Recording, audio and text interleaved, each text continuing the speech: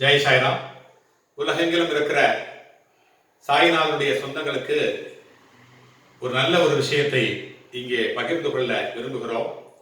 நாம் வண்டலூர் வழித்துணை பாபா கூட்டு பிரார்த்தனை கோபுரத்திற்கு தொடர்ச்சியாக கிட்டத்தட்ட 4.5 ஆண்டுகளாக நெடுந்துறையில் இருந்து கிட்டத்தட்ட 15-20 கிலோமீட்டரில் இருந்து வந்து நம்முடைய சேவை செய்து கொண்டிருக்கிற நம்முடைய சகோதரி திருமதி பத்மினி மற்றும் வைத்தியநாதன் அவர்களை நாம் இன்றைக்கு சந்திக்கிறோம்.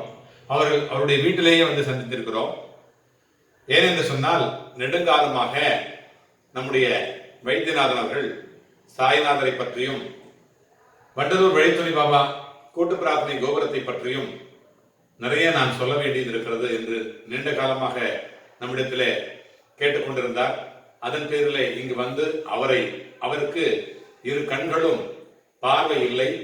பார்வை இல்லாத போதிலும் கூட அவர் தன்னுடைய மனைவியை நம்முடைய கூட்டு பிரார்த்தனை கோபுரத்தில் இருக்கிற வழித்துணை பாபாவிற்கு சேவைகளை செய்வதற்காக தொடர்ச்சியாக 4.5 ஆண்டுகளாக இவ்வளவு சிரமப்பட்டு தன்னுடைய உடல்நிலை நலத்தையும் பாராமல் தன்னுடைய வேலைகளையும் பாராமல் பாபாவிற்கு வந்து சேவை செய்து கொண்டிருக்கிற ஒரு நல்ல காரியத்தை, நல்ல பணியை, ஆன்மீக பணியை செய்து கொண்டிருக்கிறார்கள்.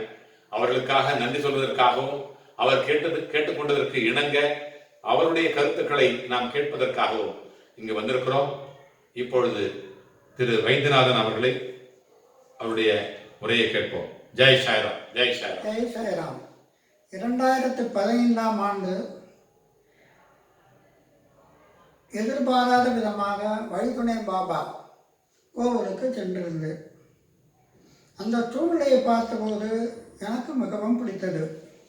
ஆனால் என்னுடைய பார்வை இல்லாததனால் ரொம்ப நேரம் ஒரே இடத்தில் என்னால் உட்கார முடியாததனால் நான் அங்கங்கும் நடமாடிக்கொண்டிருக்கும் போது சில மாதிரி வைப்ரேஷன் எல்லாம் என்னுடைய உடம்பில் தெரிந்தது.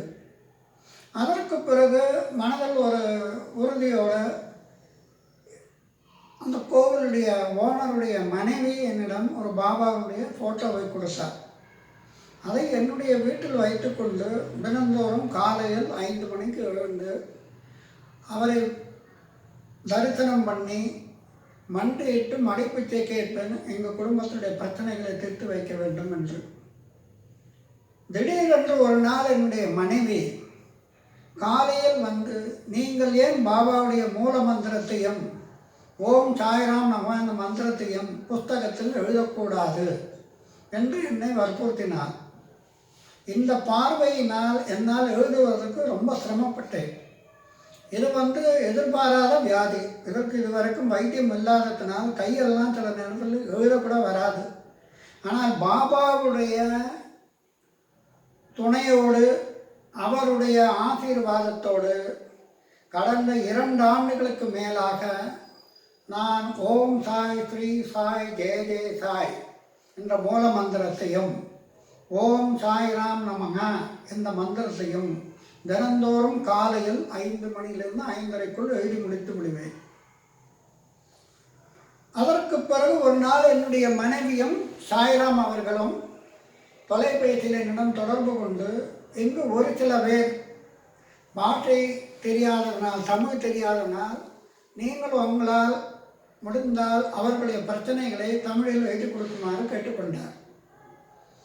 அதையும் எழுதி அவரிடம் கொடுத்தேன். அவங்க வந்த ஒரு பக்தை. 2வதாக எனக்கு என்னென்ன நடந்தது, எனக்கு நடந்தது என்றால் பிரச்சனைகளை ஒதுக்கி வைத்து என்னுடைய வாழ்க்கையை நடத்தி கொண்டிருக்கிறார் பாபா. ஒரே ஒரு பிரச்சனைக்குத்தான் பாபாவை நான் இன்னும் எதிர்பார்த்து கொண்டிருக்கிறேன், ஏங்கி கொண்டிருக்கிறேன். அந்த பிரச்சனையை எப்போது தீர்த்து வைப்பான் என்று எதிர்பார்த்து கொண்டிருக்கிறேன். அதுவும் நடக்கும். அந்த நம்பிக்கையும் பொறுமையும் என்னிடம் உள்ளது. அதே சமயத்தில் பாபாவுடைய ஃபோட்டோவில் கையை வைக்கும்போது என்னுடைய உடம்பில் வைப்ரேஷன் வரும். திடீரென்று 2 கையும் பயங்கரமாக வலிக்கும். அந்த ஒரு ஆச்சரியத்தில் தான் நான் இந்த நம்பிக்கையோடு இங்கு இருக்கிறேன். கோவிலில் எத்தனையோ சில அதிசயங்கள்லாம் நடந்து கொண்டிருக்கின்றன. என்னுடைய மனைவி மூலமாக நிறைய நான் கேள்விப்பட்டிருக்கிறேன். கோவிலுடைய ஃபவுண்டருடைய மனைவி குழந்தை பிறக்காத பெண்களுக்கு எலும்பச்சம்பழத்தை பாபாவுடைய காலடியில் வைத்து பிரார்த்தனை பண்ணி அவர்களிடம் கொடுத்து எனக்கு என் காதல் விழுந்தவரை குறைந்தது 80% பெண்களுக்கு குழந்தை பாக்கியம் அந்த வழித்துணை பாபா கோவிலில் கிடைத்தது. மேலும் சில பேருக்கு அவர்களுடைய பிரச்சனைகள் எல்லாம் வழித்துணை பாபா அந்த கோவிலில் நடத்தி உள்ளார். திடீரென்று என்னிடம் இந்த கேள்வியை கேட்பதனால் எனக்கு என்ன சொல்வது என்று தடுமாறி கொண்டிருக்கிறேன். மீண்டும் ஒரு முறை நான் சந்திக்கிறேன். அப்பொழுது முழுக்க முழுக்க எனக்கு என்னென்ன தெரிகிறதோ அதையெல்லாம் மீண்டும் ஒரு முறை உங்களிடம் பகிர்ந்து கொள்ள விரும்புகிறேன். நன்றி, வணக்கம். சார் நீங்கள் சொல்லுங்கள் சார். என் பேர் பத்மினி வைத்தியநாதன். நான் குடுவாஞ்சேரியிலேருந்து 5 கிலோமீட்டர் உள்ளேருந்து வரேன். நான் போகிறப்போ இந்த போர்டை பார்ப்பேன். அட்ராக்ட் ஆனது நேம் வழித்துணை பாபா. அவர் வழியிலையும் இருக்கார், வாழ்விலும் துணையாக இருக்கார். எனக்கு இந்த கோவிலுக்கு வரத்துக்கு முன்னாடி திக்கு தெரியாத காட்டில் இருந்தால் போல இருந்தது. எனக்கு நிறைய ப்ராப்ளம்ஸ் இருந்தது. அப்போ தான் நான் யோசித்தேன், எப்படி தான் நாங்கள் வழியில் வருவோம், என்ன பண்ணுவோம் அப்படிங்கிறப்போ எங்கள் அக்கா ஃபாரினில் இருக்கா.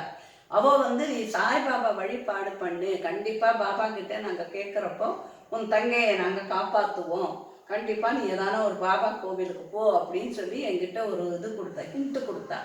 அப்போ நான் போகிறப்போ இந்த போர்டு பார்த்தப்போ நான் என்ன நினச்சேன்னா, இது ஒரு மெடிடேஷன் சென்டராக இருக்குமோ அப்படின்னு உள்ளே பார்த்தேன். ஆனால் சூப்பராக பாபா உட்காந்துருந்தார் அங்கே. உடனே நான் பார்த்த உடனே அங்கே இருக்கிற ஃபவுண்டர்ஸ், அவள் தான் ஃபவுண்டர்ஸ்ன்னு எனக்கு தெரியாது. அவளை போய் நான் கேட்டேன், எனக்கு சர்வீஸ் பண்ணணும்னு ரொம்ப ஆசை, நான் பண்ணலாமான்னு கேட்டேன். அப்போ நாங்கள் தான் ஃபவுண்டர்ஸு, நீங்கள் பண்ணலான்னு சொன்னான். அன்னையிலேருந்து இன்ன வரைக்கும் 4.5 வருஷமாக நான் பண்ணிட்டு இருக்கேன். இதில் பெரிய விஷயம்னா அங்கே சாய் ராம்ஜி, சாய் வரலட்சுமி, சாய் ரகுராமன், சாய் விஜய் கிருஷ்ணன் இவெல்லாம் எங்களை வரவழைக்கிற விதம் இருக்குது பார்த்தாலா, அது எல்லாரையும் அட்ராக்ட் பண்ணியிருக்கு. அவரை ஒத்தரம் மூஞ்சி சுலுக்கிக்காதிக்கு எல்லாரையும் அனுசரிச்சுட்டு என்ன கேட்டாலும் நமக்கு அவர் ஓகே சொல்லி பண்ணுறதுனால அந்த கோவில் நமக்கு அது கோவிலாக தெரியல, ஒரு ஹோம்லி அட்மாஸ்பியர். நாங்கள் எல்லாருமே சேர்ந்து அந்த கோவிலில் பார்ட்டிசிபேட் பண்ணி அதை எங்கள் கோவிலுங்கிற போல நினச்சி ரொம்ப டிவோட் பண்ணி லாங் ஹவர்ஸ் இருந்து நாங்கள் எல்லாம் பண்ணிட்டு இருக்கோம். ஆனால் இதுக்கு எல்லாத்துக்குமே ஒரு ஃபஸ்ட்டு காரணம் என்னன்னா, என்னோட ஆம்பளையானுக்கு 2 கண்ணும் காதும் கேட்காது. அவர் என்னை இது பண்ணி நீ தைரியமாக போயிட்டு வா, நான் பார்த்துக்கிறேன், எனக்கு ஒன்றும் ப்ராப்ளம் இல்லை அப்படின்னு சொல்கிறதுனால இன்ன தேதி வரைக்கும் நான் உட்காந்துருக்கேன். ஸோ முதல் credit goes to my husband. ஏன்னா அவருக்கு இத்தனை உடம்புதானே நன்னா இல்லாதப்போ கூட he has been inspiring me, he has been telling me you can go and do everything, I will take care of myself. At least அடுத்த ஜென்மத்திலேயான எங்கள் ஆம்பியானுக்கு கண்ணு அவர் நன்னா அவரோட பொண்டாட்டியும் குழந்தையும் அவர் பார்த்து அவர் சந்தோஷமாக இருக்கணும்னு தான் நான் ப்ரே பண்ணுறேன். 2வது அவர் சொன்னால் போல எலுமிச்சை பழத்தை எல்லாம் கொடுத்து குழந்தைகள் இல்லாத வாழ்க்கையெல்லாம் சாய் வரலட்சுமி நன்னா மனசார வேண்டி கொடுக்கறதுல நிஜமாக எல்லாருக்குமே நடந்திருக்கு. எல்லாரும் சொல்லியிருக்கா. அதே போல் நம்ம சாய்ராம்ஜி நல்ல ஸ்பெஷல் ப்ரேயர் பண்ணுறார். அவருக்கு இப்போ யூடியூப்ல எல்லாம் வந்ததுக்கப்புறம் நிறைய வெளியூர் கான்டாக்ட்ஸ் எல்லாம் கிடைக்கிறது. அவரோட ப்ரேயர்ஸ் எல்லாமே எல்லாருக்கும் நடந்திருக்கு. அவர் கூட நம்ம ப்ரேயருக்கு அவர்கிட்ட போனான்னு அவர் சொல்கிற விதம் நம்மளை என்ன கஷ்டத்தில் இருந்தால் கூட அவர்கிட்ட போயிட்டு வந்தால் எங்களோட கஷ்டமெல்லாம் ஓடி போயிடுது, எங்களுக்கு ஒன்றுமே இல்லைங்கிற பேசுகிறப்போ எங்களுக்கு ரொம்ப ஆதரவாக இருக்குது, ரொம்ப இதாக இருக்கு, ரொம்ப ஹோம்லியாகவும் இருக்குது. அதுக்கப்புறமா அந்த கோவிலில் நிறைய டிவோட்டிஸுக்கு நிறைய நடக்கிறது. பட் எல்லாருமே கொஞ்சம் முன்னே சொல்லணும், கோவிலை பற்றி இப்படி இருக்குது, இதை பண்ணணும் அதை பண்ணணும் சொல்லணும். 2வது நடந்தது யாரும் சொல்ல மாட்டேங்கிறான். அதெல்லாம் சொன்னால் இன்னும் கொஞ்சம் நமக்கு கோவில் பிரபலமாகவும் எல்லாருக்கும் எல்லா விஷயமும் தெரியும். இதெல்லாம் நிறையா பண்ணணும். கோவில் நாங்கள் வாங்கணும்னு நினைக்கிறோம். அது வாங்கணுங்கிறதுக்கு எல்லா டிவோட்டிஸும் கொஞ்சம் எல்லாரும் டொனேட் பண்ணி எல்லாம் பண்ணினா அந்த கோவிலை வாங்கிறதுக்கு எங்களுக்கு ஒரு வழி கிடைக்கும். ஏன்னா ஒருத்தரால் இதை பண்ண முடியாது, இதெல்லாம் ஒரு டீம் ஒர்க்கு தான். ஸோ யாரால் என்னென்ன முடியுமோ அவன் அது கொஞ்சம் டொனேட் பண்ணாலும் எங்களால் இந்த கோவிலை வாங்க முடியும். அதே போல் எனக்கு இவ்வளோ தூரம் நான் வரேன். நான் டெய்லி ஆஃபீஸுக்கு போகிறேன் இந்த கோவிலுக்கு. ஒரு நாள் நான் போகலைன்னு ஐயோ நான் ஆஃபீஸுக்கு போகலையேங்கிற போல நான் நினைக்கிறேன். இந்த டிஸ்டன்ஸு நான் கம்யூட் பண்ணுறது எதுவுமே என் மைண்டில் வரதில்லை. ஏன்னா பாபா எந்த இடத்துல நான் நிற்கிறேனோ அங்கே யாரும் வந்து உங்களை வீட்டில் நான் கொண்டு போய் விடுறேன், கோவிலில் கொண்டு போய் விடுறேன் அப்படிங்கிற வாகனங்கள், நான் எத்தனோ பெரிய பெரிய காரில் கூட வந்து இறங்கியிருக்கேன். அந்த மாதிரியெல்லாம் இருக்கிறதுனால எனக்கு என்றைக்குமே வந்து ஐயோ நம்ம அவ்வளோ தூரம் போகிறோமே, நமக்கு தேவையா அப்படிங்கிறது பாபா என் மனசுக்குள்ளே ஒன்றுமே இது வரைக்கும் பண்ணினதில்லை. இதுக்கு எல்லாமே பாபா தான் மூலகர்த்தா. அவர் வந்து எங்களை கூப்பிடலைன்னா பண்ண முடியாது, பிராப்தம் இல்லைன்னா கூட அந்த படி கூட நம்மளால ஏற முடியாது.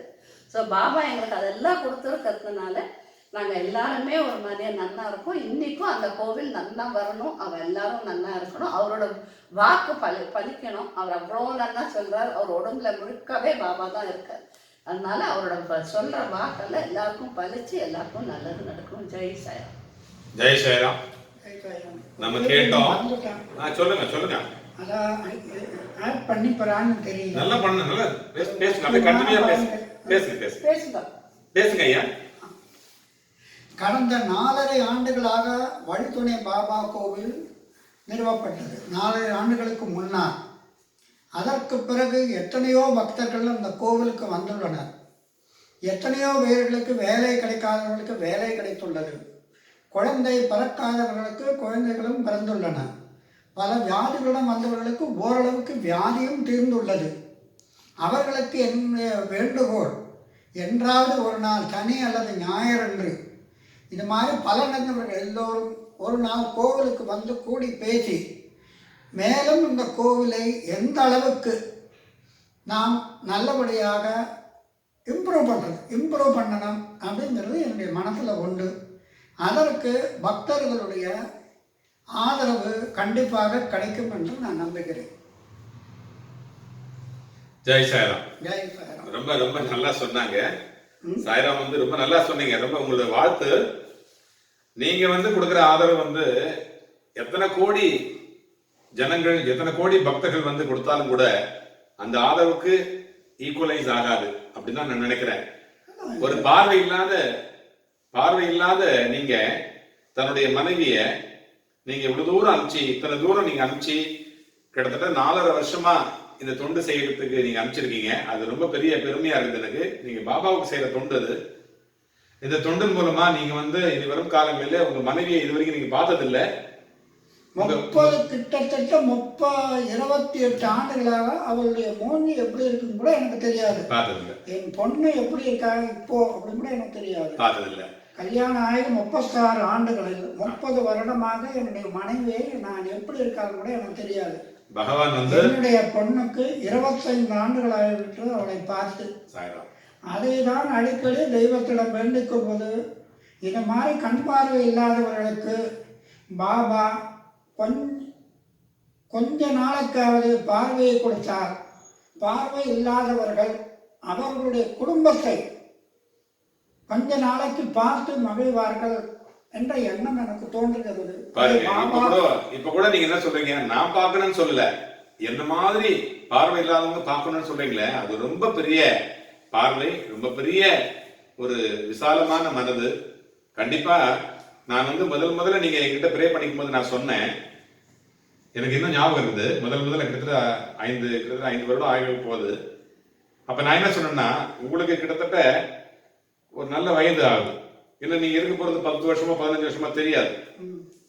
நான் இருக்க போறது இயற்கையினுடைய நியதிப்படி மேபி இன்னும் ஒரு 5 வருஷம் 10 வருஷம் ஆகலாம். ஆனாலும் கூட நீங்களும் நானும் ஒரு காலத்துல ஒரே மாதிரி தான் இருக்க போறோம். செத்து போன பிறகு அந்த கண் தேவைப்பட போறது இல்லை. இன்னும் இந்த விஷயம் 15 வருஷம் 20 வருஷம் தான். அதுக்கு பிறகு நீங்க நானும் ஒன்னா தான் இருக்க போறோம். உங்களுக்கு என்னவோ அதுதான் எனக்கும் இருக்க போகுது. ஆக இதற்காக இந்த 15 வருஷம் டியூரேஷன்ல இல்லாத பார்வை உங்களுக்கு தேவையில்லை. ஆனா கண்டிப்பான ஒரு நல்ல பார்வை, பகவானுடைய பார்வை, சாய்நாதனுடைய பார்வை உங்க மேல பட்டதுன்னா, இதுவரும் காலங்கள்ல உண்மையான பார்வை எதுவோ நமக்கு ஆன்மீக பார்வை கிடைக்க போது, உங்களுக்கு நல்ல சிவனுடைய பார்வை உங்க மேல பட்டு, பாபாவுடைய பார்வை உங்க மேல பட்டு, கண்டிப்பா உங்களுக்கு ஸ்வர்க்கம் தான் கிடைக்கும் அப்படின்னு நான் சொல்லியிருந்தேன். கண்டிப்பா அது கிடைக்கும். அதுக்காக நான் பிரார்த்தனை பண்ணிக்கிறேன். நான் மட்டும் இல்லை, இது பார்க்கக்கூடிய ஆயிரக்கணக்கான அன்பர்கள் உலகங்களும் இருந்து பார்க்கறாங்க.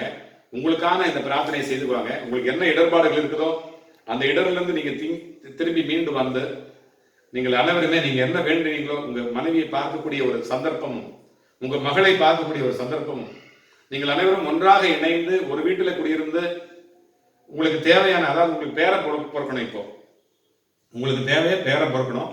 அந்த பேரனை நீங்க நல்லா கொஞ்சம் விளையாடணும். அவனையும் பார்க்கக்கூடிய ஒரு சந்தர்ப்பத்தை பாபா கொடுப்பார், எப்படியாவது கொடுப்பார்னு சொல்லிட்டு நான் விரும்பி கேட்கிறேன். அடுத்து வரும் ஜென்மங்களில உங்களுக்கு பிறவியே இருக்கக்கூடாது.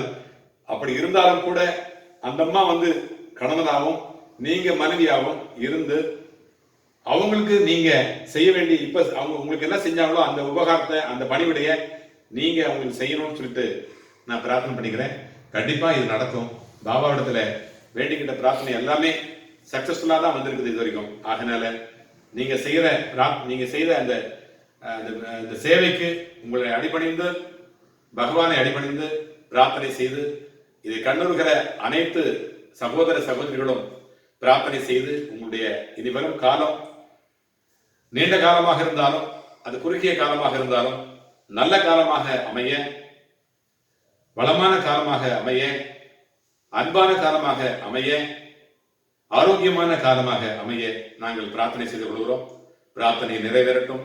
ஜெய் சாய்ராம், ஜெய் சாய்ராம், ஜெய் சாய்ராம். பாபா தரிசனம், பாப விமோச்சனம், வியாழன் தரிசனம், விடியல் நிதர்சனம். வண்டலூர் வாருங்கள், வலியெல்லாம் மறப்பீர்கள்.